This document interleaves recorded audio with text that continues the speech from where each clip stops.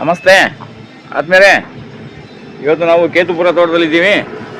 ಕೇತುಪುರ ತೋಟದಲ್ಲಿ ನಾವು ಫಸ್ಟು ಪೂಜೆ ಮಾಡುವಾಗ ದೇವಮೂಲೆಯಲ್ಲಿ ನಡೆದಂಥ ತೆಂಗಿನ ಗಿಡ, ಅದು ಸುತ್ತ ನೋಡಿ ಉರುಳಿ ಎಲ್ಲರೂ ಹಾಕಿ ಹಾಕಿ ಹಾಕಿ ಉರುಳಿ ಜಾಸ್ತಿ ಆಗಿದೆ. ಇಷ್ಟು ದಟ್ಟವಾಗಿ ಹಾಕ್ಬಾರ್ದು, ಯಾವಾಗಲೂ ಉರುಳಿ ಕಡಿಮೆ, ಸ್ವಲ್ಪ ದೂರ ಒಂದು 25-30 ಕಾಳಷ್ಟು ಬಿಡಬೇಕು. ಅದು ಎಲ್ಲರೂ ಹಾಕುವಾಗ ಈ ಥರ ಎಲ್ಲ ಹಾಕಿದ್ದಾರೆ. ಆಮೇಲೆ ನಿಮಗೆ ನಾನು ತುಂಬ ಸಾರಿ ಒಂದು ವಿಡಿಯೋ ಮಾಡಿ ಹೇಳಿದ್ದೆ, ಕಾಡು ಬಸಳೆ ಗಿಡ, ಅದನ್ನ ಹಿಂದಿಯಲ್ಲಿ ಪತ್ತರ್ ಚೆಟ್ ಅಂತ ಹೇಳ್ತಾರೆ ಅಂತ. ಅದು ಗಿಡದಲ್ಲಿ ಬರೋದಕ್ಕಿಂತ ಅದ್ರ ಎಲೆ ಹಾಕಿದ್ರೇ ಬರುತ್ತೆ. ನೋಡಿ ನಾವು ಇಲ್ಲಿ ಏನು ಮಾಡಿದ್ವಿ ಅಂದರೆ, ಈ ಒಂದು ಎಲೆನ ಇಲ್ಲಿ ಹಾಕಿದ್ದು, ಇದು ಕಾಡು ಬಸಳೆ ಗಿಡದ ಈ ಎಲೆ. ಈ ಎಲೆಯಲ್ಲೇ ಇದು ಗಿಡ ಆಗುತ್ತೆ. ಇದು ಬಯೋಫಿಲಮ್ ಗ್ರೂಪ್ಗೆ ಸೇರಿದ ಗಿಡ ಇದು ನೋಡಿ. ಈ ಎಲೆಯನ್ನು ನಾವು ಈ ಥರ ಕಿತ್ತು ಹಾಕ್ಬಿಟ್ರೆ ಎಲ್ಲ ಸೈಡಲ್ಲಿ ಈ ಥರ ಎಲ್ಲ ಗಿಡ ಬರ್ತದೆ. ಅದಕ್ಕೆ ನೀವೇನು ಮಾಡಬೇಕು, ಇದನ್ನ ಎಲ್ಲರೂ ಒಂದು ಕಡೆ ಪಕ್ಕದಲ್ಲಿ ಸೇಫ್ಟಿಯಾಗಿ ಹಾಕ್ಕೊಳ್ಬೇಕು. ಅದು ಬೇಲಿ ಪಕ್ಕದಲ್ಲಿ ಆಗ್ತದೆ. ಹೀಗೆ ಇದು ಬಯೋಫಿಲಮ್ ಗ್ರೂಪಿಗೆ ಸೇರಿದ ಗಿಡ. ಆ ಗಿಡ ನಿಮಗೆ ಇದು ನಾನು ಎಕ್ಸ್ಪ್ಲೇನ್ ಮಾಡಿ ಹೇಳ್ತೀನಿ. ಇದು ಇಸ್ ವೆರಿ ಇಂಪಾರ್ಟೆಂಟ್ ಗಿಡ. ಇದು ಪತ್ತರ್ ಚೆಟ್ ಅಂತ ಹೇಳ್ತಾರೆ. ಕಿಡ್ನಿಯಲ್ಲಿ ಸ್ಟೋನು ಮತ್ತು ಲಿವರಲ್ಲಿ ಏನೋ ಸ್ಟೋನ್ ಆಗಿದ್ದರೆ ಈ ಥರ ಗಿಡದ ಒಂದು ಎಲೆನ ತಿನ್ನೋದ್ರಿಂದ ತುಂಬ ಒಳ್ಳೆಯದು. ಇದ್ರ ಬಗ್ಗೆ ನೀವು ಯೂಟ್ಯೂಬಲ್ಲಿ ತುಂಬ ಹುಡುಕ್ಬೋದು ಬೇಕಾದರೆ. ಇದನ್ನು ನಮ್ಮ ಕನ್ನಡದಲ್ಲಿ ಎತ್ತಿನ ನಾಲಿಗೆ ಅಂತ ಹೇಳ್ತಾರೆ. ಆಮೇಲೆ ಇದಕ್ಕೆ ಇನ್ನು ಕನ್ನಡದಲ್ಲಿ ಪತ್ತರ್ ಚೆಟ್ ಹಿಂದಿಯಲ್ಲಿ ಪತ್ತರ್ ಚೆಟ್ ಅಂತ ಹೇಳ್ತಾರೆ. ನಿಮ್ಮ ದೇಹದ ಯಾವುದೇ ಭಾಗದಲ್ಲಿ ಕಲ್ಲಿದ್ದರೆ ಅದನ್ನು ಕರಗಿಸೋಷ್ಟು ಶಕ್ತಿ ಇದಕ್ಕೆ ಕುಡಿದು 1-2 ಲೋಟ ನೀರು ಕುಡಿದ್ಬಿಟ್ರೆ ದಿನ ಬಿಟ್ಟು ದಿನ ಕುಡಿಯೋದು ತುಂಬ ಒಳ್ಳೆಯದು. ಇದು ಗಿಡವನ್ನು ನೀವು ಡೆವಲಪ್ ಮಾಡ್ಕೋಬೇಕಂದ್ರೆ ಈ ರೀತಿ ಒಂದು ಎಲೆಯನ್ನು ಕಿತ್ಕೊಂಡು, ಈ ರೀತಿ ಒಂದು ಎಲೆಯನ್ನು ಕಿತ್ತು ಅದನ್ನು ಈ ರೀತಿ ನೆಲದಲ್ಲಿ ಇಟ್ಬಿಟ್ಟು ಏನು ಮಾಡಬೇಕು ನೀವು, ಇದ್ರ ಮೇಲೆ ಈಗ ನಾನು ಇದನ್ನು ಅದೇ ಥರ ಮಾಡಿರೋದು ನೋಡಿ, ಈ ಥರ ಮಾಡಿದ್ದೀನಿ. ಈ ಥರ ಮಾಡಿಬಿಟ್ಟು ಈ ಥರ ಮಾಡಿರೋದು, ಈ ಥರ ಮಣ್ಣು ಹಾಕ್ಬಿಟ್ರೆ ಸಾಕು. ಅದೇನಾಗ್ತದೆ, ಸುತ್ತ ಹೊಡಿತದೆ. ಇದು ಬಯೋಫಿಲಮ್ ಗ್ರೂಪಿಗೆ ಸೇರಿದ್ದು. ಇದು ನೋಡಿ, ಇಲ್ಲೆಲ್ಲ ಕಣ್ಣಿದೆಯಲ್ಲ, ಇದೆಲ್ಲ ಒಂದೊಂದು ಗಿಡಗಳು ಇಲ್ಲಿ ಬರೋಕ್ಕೆ ಶುರು ಆಗ್ತದೆ. ಅದಕ್ಕೆ ನೀವೇ ನೋಡಬೇಕು, ಇದು ನಡಬೇಕಾದ್ರೆ ಹೀಗೆ ಸುಮ್ಮನೆ ಜಸ್ಟ್ ಹೀಗೆ ಇಟ್ಬಿಟ್ಟು ಇದ್ರ ಮೇಲೆ ಹಿಂಗೆ ಮಣ್ಣು ಇಟ್ಬಿಟ್ರೆ ಸಾಕು. ಮಣ್ಣು ಹಾಕಿದ್ರೆ ಸಾಕು. ನಿಮಗೇನಾಗುತ್ತೆ, ಅದು ಕ್ಲೀನಾಗಿ ಗಿಡ ಎಲ್ಲ ಮೊಳಕೆ ಹೊಡಿತದೆ. ಇದನ್ನು ಮೊದಲು ನಾನು ಫಸ್ಟು ಫೇಸ್ಬುಕ್ಕಲ್ಲಿ ನಮ್ಮ ಸಂದೀಪ್ ಮಂಜುನಾಥ್ ಅವರು ಬಂದು ಫಸ್ಟ್ ನನ್ನ ವೀಡಿಯೋ ಫೇಸ್ಬುಕ್ಕಲ್ಲಿ ಬಂದಿದ್ದು ಮೊದಲನೇ ವೀಡಿಯೋ ಅದು ಸುಮಾರು ಒಂದು 7 ಲಕ್ಷ ಜನ ಅದನ್ನು ಗಮನಿಸಿ ನೋಡಿದ್ದಾರೆ. ಅದರಲ್ಲಿ ಸುಮಾರು ಒಂದು 2,000-3,000 ಜನರಿಗೆ ನಾವು ಗಿಡವನ್ನು ತಯಾರು ಮಾಡಿ ಕೊಟ್ಟಿದ್ದೀವಿ. ಅದರಲ್ಲಿ ಎಲ್ಲರಿಗೂ ಅದ್ಭುತವಾದ ರಿಸಲ್ಟ್ ಬಂದಿದೆ. ಕಿಡ್ನಿ ಸ್ಟೋನು ಇವತ್ತು ಆಗೋಕ್ಕೆ ಮೂಲ ಕಾರಣ ಏನಪ್ಪ ಅಂದರೆ, ನೀವು ನೀರು ಕಡಿಮೆ ಕುಡಿಯೋದು, ಆಮೇಲೆ ಕಲಬೆರಕೆ ಆಹಾರವನ್ನು ಸೇವಿಸ್ತಾ ಇರೋದು, ಆಮೇಲೆ ಇವತ್ತು ಎಲ್ಲರೂ ಪ್ಲಾಸ್ಟಿಕ್ ಲೋಟದಲ್ಲಿ ನೀರು ಕುಡಿಯೋದು, ಪ್ಲಾಸ್ಟಿಕ್ ಲೋಟದಲ್ಲಿ ಟೀ ಕುಡಿಯೋದು, ಆಮೇಲೆ ಕುದಿಯೋ ಟೀಯನ್ನು ಸಾಂಬಾರನ್ನು ಪ್ಲಾಸ್ಟಿಕ್ ಅವ್ರನ್ನ ತಗೊಂಡೋಗಿ ಕುಡಿಯೋದ್ರಿಂದ ಏನಾಗ್ತದೆ, ನಿಮಗೆ ಕಿಡ್ನಿ ಸ್ಟೋನ್ ಆಗ್ತದೆ. ಅದ್ರ ಜೊತೆಗೆ ಯಾರ್ಯಾರು ಈ ಬಾಯ್ಲರ್ ಕೋಳಿ ಇದೆಯಲ್ಲ, ಸಾಕು ಕೋಳಿ, ಎಲ್ಲಿ ನಾಟಿ ಕೋಳಿ ಅಲ್ಲ, ಆ ಕೋಳಿ ತಿನ್ನೋದ್ರಿಂದ, ಆಮೇಲೆ ನೀರನ್ನು ಸಮ ಪ್ರಮಾಣದಲ್ಲಿ ತಗೊಳ್ಳೋದ್ರಿಂದ ಎಲ್ಲ ಕಿಡ್ನಿ ಸ್ಟೋನ್ ಆಗ್ತದೆ, ಗ್ಲಾಲ್ ಬ್ಲಾಡರ್ ಆಗ್ತದೆ. ಆಮೇಲೆ ಪ್ರಿಸರ್ವೇಟಿವ್ ಹಾಕಿರುವಂಥ ಆಹಾರವನ್ನು ತಗೊಳ್ಳೋದ್ರಿಂದ ಕಿಡ್ನಿ ಸ್ಟೋನ್ ಆಗ್ತದೆ. ಅದಕ್ಕೆ ಬೆಂಗಳೂರಿನಲ್ಲಿ ದೊಡ್ಡ ದೊಡ್ಡ ಹಾಸ್ಪಿಟ್ಲ್ಗಳು ರೆಡಿಯಾಗಿದೆ ಕಿಡ್ನಿ ಸ್ಟೋನ್ ಅಂತೇಳಿ. ಅದು ಒಂದು ಸಲ ಆಪ್ರೇಷನ್ ಮಾಡಿದ್ರೆ ಪುನಃ ಬರ್ತಾನೆ ಇರ್ತದೆ. ಅದಕ್ಕೆ ಸೂಕ್ತ ಪರಿಹಾರ ಏನಪ್ಪ ಅಂದರೆ, ಪ್ರತಿಯೊಬ್ಬರು ನಿಮ್ಮ ಮನೆಯಲ್ಲಿ ಒಂದೊಂದು ಇಂಥ ಗಿಡಗಳನ್ನ ನಟ್ಕೊಳ್ಬೇಕು. ಒಂದು ಸಲ ತಗೊಂಡು ನಟ್ಕೊಂಡ್ರೆ ಸಾಕು. ಅದೆಲ್ಲ ಈ ಥರ ಎಲೆ ಕೆಳಗೆ ಬಿದ್ದಾಗ ಅದೆಲ್ಲ ಅಲ್ಲೆಲ್ಲ ಮರಿ ಆಗುತ್ತೆ. ಚೆನ್ನಾಗಿ ನೆನ್ಪಿಟ್ಕೊಳ್ಳಿ, ಈ ಎಲೆನ ಕೀಳೋದು ಕೈಯಲ್ಲೇ ಅಥವಾ ನೀರಲ್ಲಿ ತೊಳೆದು ಬಿಡೋದು. ಒಂದು ಎಲೆನ ಬರೀ ಹೊಟ್ಟೆಗೆ ಚೆನ್ನಾಗಿ ಅಗದು ತಿನ್ಬಿಟ್ಟು ಅದರದ್ದು ನೀರನ್ನು ಆಮೇಲೆ ಏನು ಮಾಡಬೇಕು, 1-2 ಲೋಟ ನೀರನ್ನು ಕುಡಿಯೋದು. ದಿನ ಬಿಟ್ಟು ದಿನ ತಿನ್ನಿ. ಒಂದು 8-10 ದಿನದಲ್ಲಿ ನೋಡಿ, ನಿಮ್ಮ ಎಂಥ ಕಿಡ್ನಿ ಸ್ಟೋನ್ ಇದ್ರೂ, ನಿಮ್ಮ ದೇಹದ ಯಾವುದೇ ಭಾಗದಲ್ಲಿ ಕಲ್ಲು ಬೆಳವಣಿಗೆ ಆಗಿದ್ರೂ ಅದು ಹೋಗ್ಬಿಡ್ತದೆ. ಚೆನ್ನಾಗಿ ನೆನ್ಪಿಟ್ಕೊಳ್ಳಿ. ಫೇಸ್ಬುಕ್ಕಲ್ಲಿ ಫಸ್ಟ್ ನನ್ನ ವಿಡಿಯೋ ಬಂದಿದ್ದು ಇದೆ. ಅದರಿಂದ ಈಗ ನಿಮಗೆ ಒಂದು ನೆನಪು ಮಾಡಿ ಹೇಳ್ತಾ ಇದ್ದೀನಿ. ಹಾಗೆ ಇಲ್ಲಿ ಇವಾಗ ನಾವು ಕೇತುಪುರ ತೋಟದಲ್ಲಿ ಇದ್ದೀವಿ. ಇದು ನೋಡಿ, ಈಗ ಬಾಟಲೆಲ್ಲ ನಾವು ಮೊದಲು ಒಂದು ಸಲ ನಿಮ್ಗೆ ತೋರಿಸಿದ್ದು. ಇದೆಲ್ಲ ಜೆಟ್ರೋಪ, ಭಾಳ ಸೂಪರ್ ಆಗಿದೆ ಜೆಟ್ರೋಪ. ಹಾಗೆ ನಾವು ಇವಾಗ ಒಳಗಡೆ ಗಿಡಗಳು ಹೇಗಿದೆ ಅಂತ ಒಂದು ಸ್ವಲ್ಪ ನೋಡುವ. ಈಗೆಲ್ಲ ಕಳೆ ಬೇಸಿಗೆ ಆಗಿರೋದ್ರಿಂದ ಕಳೆ ಅಂತ ಜೋರಾಗೇನು ಬರೋದಿಲ್ಲ. ಆದರೆ ಬಂದಿರೋ ಕಳೆಯನ್ನೇ ನಾವು ನಿಯಂತ್ರಣ ಮಾಡಿ ಇಟ್ಕೊಳ್ಬೇಕಾಗ್ತದೆ. ಈಗೆಲ್ಲ ಇಲ್ಲಿ ಇವಾಗ ಒಂದು ಲೈನಲ್ಲಿ ಅಗಸೆ, ಒಂದು ಲೈನಲ್ಲಿ ಗ್ರೀಸಿಡಿಯಾ, ಒಂದು ಲೈನಲ್ಲಿ ನುಗ್ಗೆಯನ್ನು ಹಾಕಿದ್ದೇವೆ. ಈಗ ನಿಮ್ಗೆ ಏನಾಗುತ್ತೆ ಅಂದರೆ, ಅಡಿಕೆ ಗಿಡ ನಡೋದ್ರಿಂದ ಈಗ ಬೇಸಿಗೆಯಲ್ಲಿ ಸ್ವಲ್ಪ ಏನಾಗ್ತದೆ ಅಂದರೆ, ಒಂದು 10-15 ದಿನ ಭಾಳ ಚೆನ್ನಾಗಿ ಕಾಣ್ತದೆ. ಆಮೇಲೆ ಅದೊಂದು ಸ್ವಲ್ಪ ಡಿಮ್ ಆಗ್ತದೆ. ಆ ಡಿಮ್ ಯಾಕೆ ಆಗ್ತದೆ ಅಂತ ಹೇಳಿದ್ರೆ, ಅದು ವಾತಾವರಣಕ್ಕೆ ಸೆಟ್ ಆಗಂಟ ಅದರ ಡಿಮ್ ಆಗ್ತದೆ. ಆಮೇಲೆ ಹೊಸದಾಗಿ ಅದು ಸಿಗುತ್ತದೆ ನೋಡಿ. ಅದ್ರ ಸುತ್ತಲೂ ನಾವು ಉರುಳಿಯನ್ನು ಹಾಕಿದ್ದೇವೆ. ಈಗ ಏನಾಗುತ್ತೆ, ಈ ಎಲೆ ಎಲ್ಲ ಈ ಥರ ಬಿಸಿಲಿಗೆ ಈ ಥರ ಆಗುತ್ತೆ, ಅದ್ರ ಬಗ್ಗೆ ಏನು ಚಿಂತೆ ಮಾಡೋದು ಬೇಡ. ಅದು ನಿಮಗೆ ಈ ಎಲೆ ಫ್ರೆಶ್ ಎಲೆ ಬರ್ತಲ್ಲ, ಇದು ಮಾತ್ರ ನಿಮಗೆ ಯಾವುದೇ ತೊಂದರೆ ಆಗಬಾರ್ದು, ಇದು ಚೆನ್ನಾಗಿರಬೇಕು. ಈ ಎಲೆ ಎಲ್ಲ ಹಳೆ ಎಲೆ ಎಲ್ಲ ನಿಮಗೆ ಕಲರ್ ಒಣಗುತ್ತೆ, ಅದೇನು ತೊಂದರೆ ಇಲ್ಲ. ಆಮೇಲೆ ಇದೆಲ್ಲ ಈಗ ಗ್ಲಿಸಿಡಿಯ ಎಲ್ಲ ರೆಡಿಯಾಗಿದೆ, ಚೆನ್ನಾಗಿ ಬರ್ತಾಯಿದೆ ಗ್ಲಿಸಿಡಿಯ. ಆಮೇಲೆ ಮಧ್ಯದಲ್ಲೆಲ್ಲ ನಾವು ಈ ರೀತಿ ಕಳೆಯನ್ನೆಲ್ಲ ಆಗಾಗ ತಗೊಳ್ತಾ ಇರಬೇಕು. ಈಗ ಇಲ್ಲಿ ಈಗ ಆಲ್ರೆಡಿ ಗಿಡ ಒಂದೊಂದು ನೋಡುವಾಗ ನಿಮಗೆ ಆ ಥರ ಒಣಗಂಗೆ ಕಾಣ್ತದೆ. ಸಂಪೂರ್ಣ ಒಣಗೋದ್ರೆ ನಾವು ಅದನ್ನೇನು ಮಾಡ್ಬೋದು, ತೆಗೆದಾಕ್ಬಿಡೋದು. ಈಗೆಲ್ಲ ನಾವು ಇಲ್ಲಿ ಈಗ ಹಣ್ಣಿನ ಗಿಡಗಳು ಹಾಕಲಿಕ್ಕೆಲ್ಲ ಗುಂಡಿ ರೆಡಿ ಮಾಡಿ ಇಟ್ಟಿದ್ದೀವಿ. ಇದಕ್ಕೆಲ್ಲ ಇವಾಗ ಇನ್ನೊಂದು ವಾರದಲ್ಲಿ ಅದನ್ನೆಲ್ಲ ನಾವು ತಂದು ಹಾಕಲಿಕ್ಕೆ ಮಾಡ್ತೇವೆ. ಹಾಗೆ ಬೀಸಿದೆ ನೋಡಿ, ಈ ರೀತಿ ಕಡ್ಡಿ ಇರುತ್ತೆ. ನಾವು ನೋಡುವಾಗ ಈ ಕಡ್ಡಿ ಇದೆಲ್ಲ ಹೊಸ ಚಿಗುರು ಬಂದಿದೆ ಅಂದರೆ ಗಿಡ ಇಲ್ಲಿ ಸೆಟ್ ಆಗಿದೆ ಅಂತ ಅರ್ಥ. ನೀವು ಯಾವುದೇ ಗಿಡ ನಟ್ಟು ಅಲ್ಲಿ ಹೊಸ ಸುಳಿ ಒಂದು ಉದ್ಭವ ಆಗಿದೆ ಅಂದರೆ ಅದು ಭೂಮಿಗೆ ಸೆಟ್ ಆಗಿದೆ ಅಂತೇಳಿ. ಈಗ ಸ್ವಲ್ಪ ಬೇಸಿಗೆ ಇರೋದ್ರಿಂದ ಸ್ವಲ್ಪ ಗಿಡಗಳೆಲ್ಲ ಬಾಡ್ದಂಗೆ ಕಾಣುತ್ತೆ, ಚಿಂತೆ ಇಲ್ಲ. ಈ ರೀತಿ ನಿಮಗೆ ಗಿಡ ವೈಟ್ ಬರುತ್ತೆ. ಅದೇನಾಗುತ್ತೆ, ಕ್ರಮೇಣ ಅದು ಹೊಸ ಸುಳಿ ಅದು ಚೆನ್ನಾಗಿ ಬರುತ್ತೆ. ಸೆಟ್ ಆಗೋವರೆಗೂ ಆ ಥರ ಇರುತ್ತೆ. ಈ ಥರನೂ ಆಗುತ್ತೆ. ಇದಕ್ಕೆಲ್ಲ ನೋಡಿ ಭಯ ಪಡಬಾರ್ದು, ಅದು ಆಟೋಮೆಟಿಕ್ಕಾಗಿ ಸರಿ ಆಗ್ತದೆ.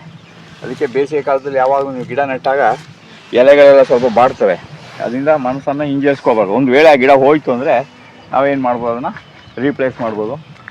ಹಾಗೆ ಈಗ ಇಲ್ಲಿ 2 ತೆಂಗಿನ ಗಿಡದ ಮಧ್ಯದಲ್ಲಿ ನೆಕ್ಸ್ಟ್ ಈಗ ನಾವು ಒಂದು ನೇರಳೆ, ಒಂದು ಹಲಸು, ಒಂದು ಮಾವು, ಈ ರೀತಿ ಎಲ್ಲ ಮಾಡಲಿಕ್ಕೆ ಗುಂಡಿ ಎಲ್ಲ ತೆಗೆದು ರೆಡಿ ಮಾಡಿ ಇಟ್ಟಿದ್ದೇವೆ.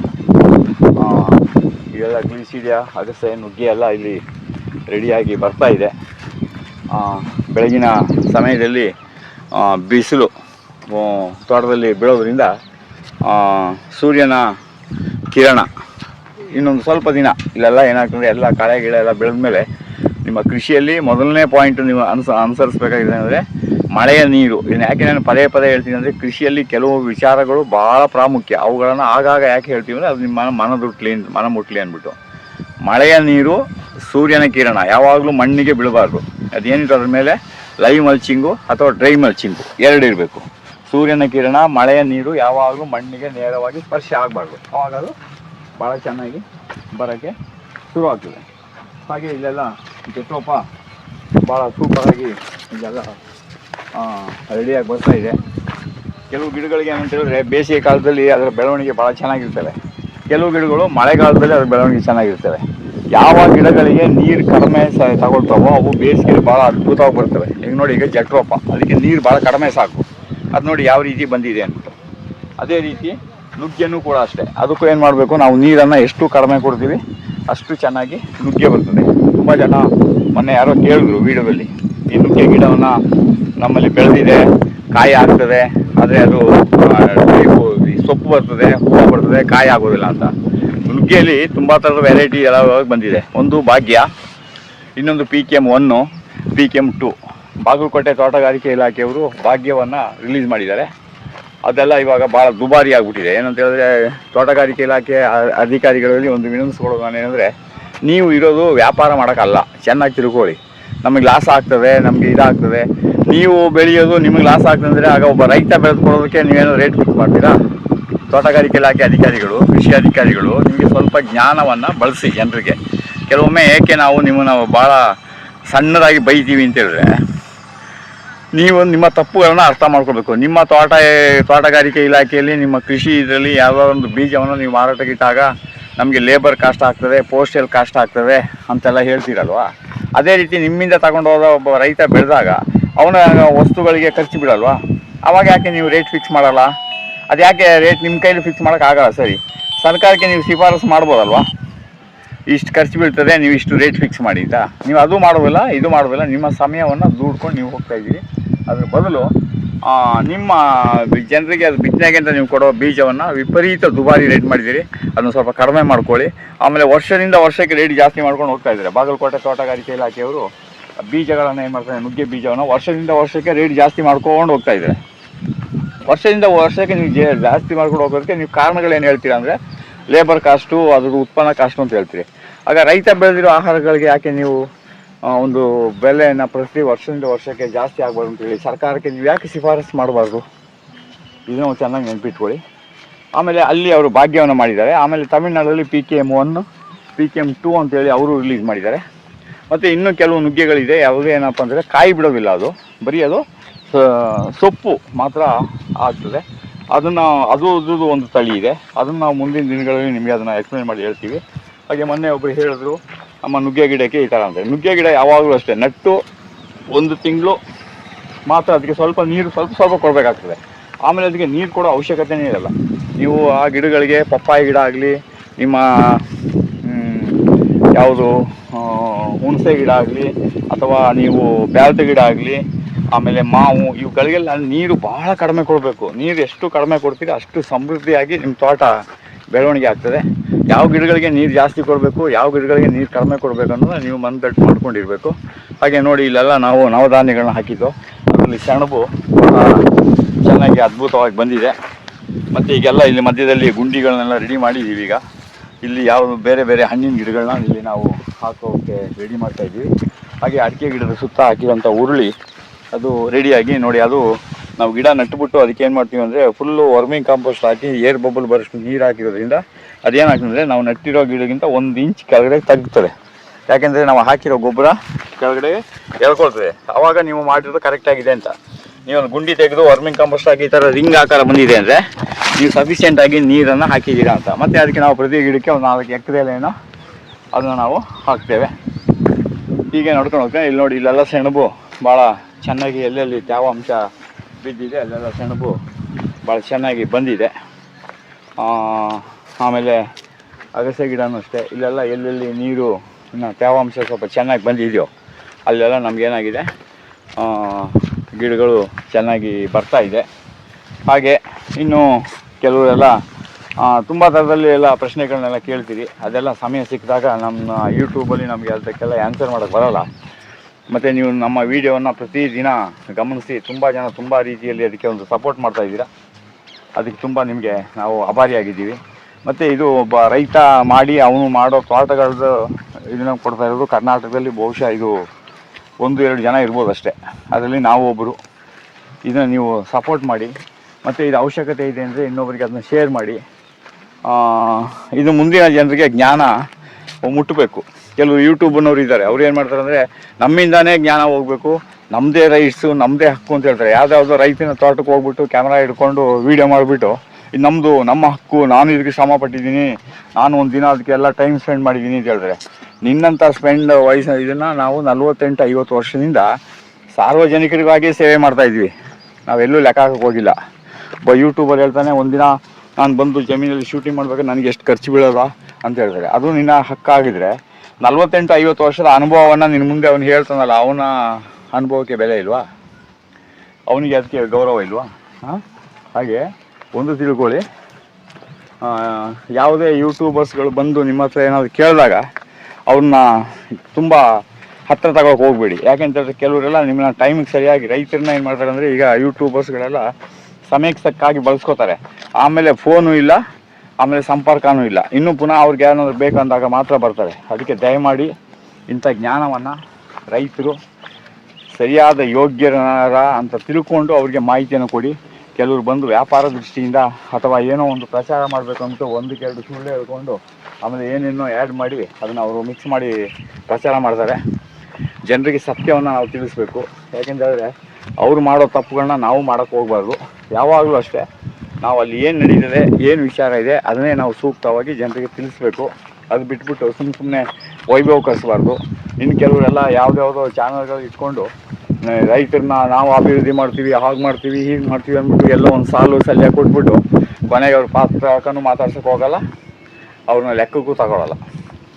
ಈ ಥರ ಆಗಬಾರ್ದು. ಹೀಗೆ ಇದು ಕೇತುಪುರದ ತೋಟದ ಒಂದು ಸಂಕ್ಷಿಪ್ತ ವಿವರ. ಇನ್ನು ಈ ವಾರದಲ್ಲಿ ಈಗ ನಾವು ಅದಕ್ಕೆ ಸ್ವಲ್ಪ ಗುಂಡಿಗಳೆಲ್ಲ ತೆಗೆದಿದ್ದೀವಿ. ಇಲ್ಲೆಲ್ಲ ಬೇರೆ ಬೇರೆ ಹಣ್ಣಿನ ಗಿಡಗಳು ಇಲ್ಲಿ ಬರ್ತವೆ. ಈಗ ನಿಮ್ಗೇನೋ ಆಗೋದಂದರೆ ಈ ಗ್ಲೀಸಿಡ ಕಡ್ಡಿ ಒಣಗೋಗಿದೆ, ಏನೂ ಇಲ್ಲ ಅಂತ ತಿಳ್ಕೊಂಡಿರ್ಬೋದು ನೀವು. ಗ್ಲೀಸಿಡ್ದು ಒಂದು ಗುಣ ಏನಪ್ಪ ಅಂದರೆ, ಕೆಲವರು ಮೊನ್ನೆ ಯಾರೋ ಕೇಳಿದ್ರು ಗ್ಲೀಸಿಡವನ್ನು ಗಿಡವನ್ನು ತೋರಿಸಿಲ್ಲ, ಅದನ್ನ ಏನು ಯಾವಾಗ ಕಟ್ ಮಾಡೋದು ಅಂತ. ಇವಾಗ ಇದು ಜನವರಿ-ಫೆಬ್ರವರಿ ತಿಂಗಳಿದು. ನೀವೇನು ಮಾಡಬೇಕಂದ್ರೆ ಈ ಥರ ಗಿಡವನ್ನು ಜೂನ್ ಅಥವಾ ಜುಲೈನಲ್ಲಿ ಕಟ್ ಮಾಡಿದ್ರೆ, ಒಂದು ಸಲ ಜೂನ್-ಜುಲೈಲಿ ಕಟ್ ಮಾಡಿದ್ರೆ ಆಮೇಲೆ ಏನಾಗ್ತದೆ, ಪ್ರತಿ 3 ತಿಂಗಳಿಗೊಂದು ಸಲ ಕಟ್ ಮಾಡ್ಬೋದು. ನೀವು ಗ್ಲೀಸಿಡೆ ಗಿಡವನ್ನು ಚೆನ್ನಾಗಿ ನೆನ್ಪಿಟ್ಕೊಳ್ಳಿ. ಮೊನ್ನೆ ಯಾರೋ ಪ್ರಶ್ನೆ ಕೇಳಿದ್ದೀರಿ, ಗ್ಲೀಸಿಡೆ ಗಿಡವನ್ನು ಯಾವಾಗ ಕಟ್ ಮಾಡೋದು ಅಂತ. ಗ್ಲೀಸಿಡೆ ಗಿಡವನ್ನು ನಟ್ಟು 1 ವರ್ಷ ಅದನ್ನು ಮುಟ್ಟಬಾರ್ದು. ಅದು ಎಷ್ಟು ಬೆಳೀತಾ ಅಷ್ಟು ಬೆಳೀತಾ ಇರಬೇಕು. ಆಮೇಲೆ ಅದನ್ನು ಮೇ ತಿಂಗಳು ಅಥವಾ ಜೂನ್ ಜುಲೈ ತಿಂಗಳಲ್ಲಿ ಕಟ್ ಮಾಡಿದ್ರೆ ಆಮೇಲೆ ಪ್ರತಿ 3 ತಿಂಗಳಿಗೆ ಒಂದು ಸಲ ಕಟ್ ಮಾಡ್ಬೋದು. ಪ್ರತಿ ವರ್ಷಕ್ಕೆ 3 ಸರಿ ಕಟ್ ಮಾಡ್ಬೋದು. ಒಂದು ಸಲ ಕಟ್ ಮಾಡುವಾಗ ನಿಮಗೆ 10 kg ಸೊಪ್ಪು ಸಿಕ್ಕಿದ್ರೆ ಒಂದು ವರ್ಷಕ್ಕೆ 40 kg ಸೊಪ್ಪು ಸಿಗ್ತದೆ. ಅದೇ ನಮ್ಮ ಪ್ರಶಾಂತ್ ಜಯರಾಮ್ ಹೇಳ್ದಂಗೆ ಗ್ಲಿಸಿರಿನ್ ಅಡಿ ರಾಸಾಯನಿಕ ಬಿಡಿ ಅಂತ ಹೇಳ್ಬೋದು. NPK ಅನ್ನೋದು ನಿಮಗೆ ಯೂರಿಯಾ, ಸುಫಲ, ಪೊಟಾಸು ಒಂದೇ ಗಿಡದಲ್ಲಿ ಸಿಕ್ಕೋದು ಅಂದರೆ ಅದು ನಿಮಗೆ ಗ್ಲಿಸಿರಿನ್ ಗಿಡ. ನಿಮ್ಮದು ಪ್ರತಿಯೊಬ್ಬರು ನಾನು ರೈತ, ನಾನು ಸಾವಯವ, ನಾನು ರೈತ, ನಾನು ಹೆಗ್ಗಲ್ಲಿ ಟವಲ್ ಇಟ್ಕೊಂಡು ಹಸಿರು ಟವಲ್ ಹಾಕೊಂಡು ತಿರುಗೋರಿಗೆ ಎಲ್ಲರಿಗೂ ನಾನು ಹೇಳೋದು ಇಷ್ಟೇ, ನೀವು ತೋಟದಲ್ಲಿ 1500 ಅಗಸೆ, 1500 ಗ್ಲಿಸಿರಿಯಾ, 1500 ನುಗ್ಗೆ ನಿಮ್ಮದು 1 ಎಕರೆ ಜಮೀನಲ್ಲಿ ಇರಲೇಬೇಕು. ಅಥವಾ ಬೇಲಿ ಸುತ್ತಾದರೂ ಗ್ಲಿಸಿರಿನ್ ಹಾಕೊಳ್ಳಿ, ಜಮೀನು ಮಧ್ಯೆ ಆದರೂ ಗ್ಲಿಸಿರಿನ್ ಹಾಕೊಳ್ಳಿ. ಮತ್ತು ಪ್ರತಿ ತೆಂಗಿನ ಗಿಡದ ಸುತ್ತ ಒಂದು 6 ರಿಂದ 8 ಗ್ಲಿಸಿರಿನ್ ಗಿಡ ಇದ್ದರೆ ಆ ತೆಂಗಿನ ಗಿಡಕ್ಕೆ ಒಂದು ವರ್ಷಕ್ಕೆ ಏನು ಗೊಬ್ಬರ ಬೇಕೋ ಅದು ಒಂದು 6 ರಿಂದ 8 ಗ್ಲಿಸಿರಿನ್ ಗಿಡ ಪ್ರತಿಯೊಂದು ಕೊಡ್ತದೆ. ಅದು ನೀವು ಆಗಾಗ ಕಟ್ ಮಾಡ್ಕೋತಾ ಇರ್ಬೋದು. ಅದನ್ನ ಕಟ್ ಮಾಡದೆ ಬಿಟ್ಟಾಗದು ಏನಾಗ್ತದೆ, ತುಂಬ ದೊಡ್ಡದಾಗಿ ಬೆಳೀತದೆ. ಅದನ್ನ ದೊಡ್ಡದಾಗಿ ಬೆಳೆಯಕ್ಕೆ ಬಿಡಬೇಡಿ.